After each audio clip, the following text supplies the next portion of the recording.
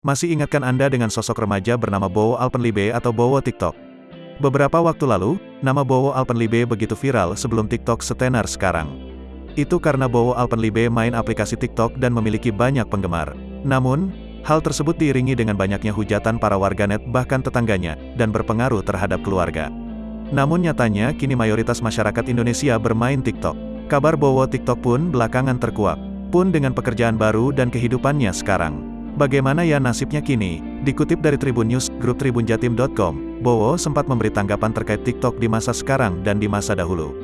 Bagus-bagus aja sih kalau dulu hanya sekedar cuma goyang-goyang aja, ngedance untuk iseng-iseng aja. Kalau sekarang sudah banyak drama, ada ekspresi akting artinya dan sekarang juga menghasilkan, katanya dalam tayangan YouTube Bibdo, Kamis, tanggal 19 November tahun 2020. Namun setahu aku sih TikTok itu tidak menghasilkan.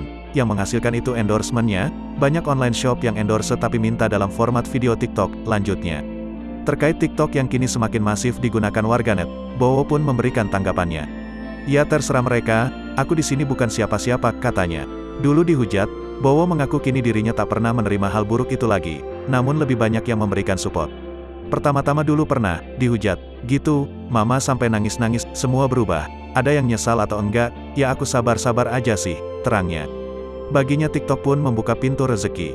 Bowo Alpenlibe mengatakan bahwa dapat membeli mobil dengan hasil kerja kerasnya.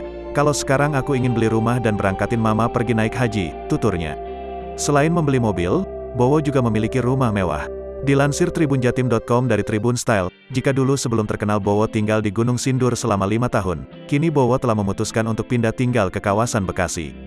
Tujuannya agar lebih dekat ke tempat Bowo beraktivitas di Jakarta. Hunian mewah itu Bowo bangun dengan harga 1,5 miliar. Rencananya rumah itu nanti juga akan digunakan sebagai rumah konten, di mana dia aktif memproduksi konten-kontennya.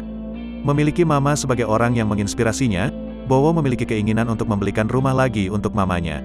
Soal pekerjaan, selain masih bermain TikTok, pria muda tersebut juga terjun ke dunia tarik suara dan memiliki 3 judul lagu.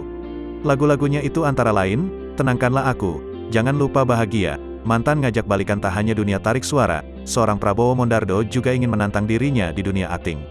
Dilihat dari postingannya, Bowo kini membintangi series Angling Dharma, yang tayang di aplikasi Maxstream. Ia juga tengah disibukkan dengan syuting.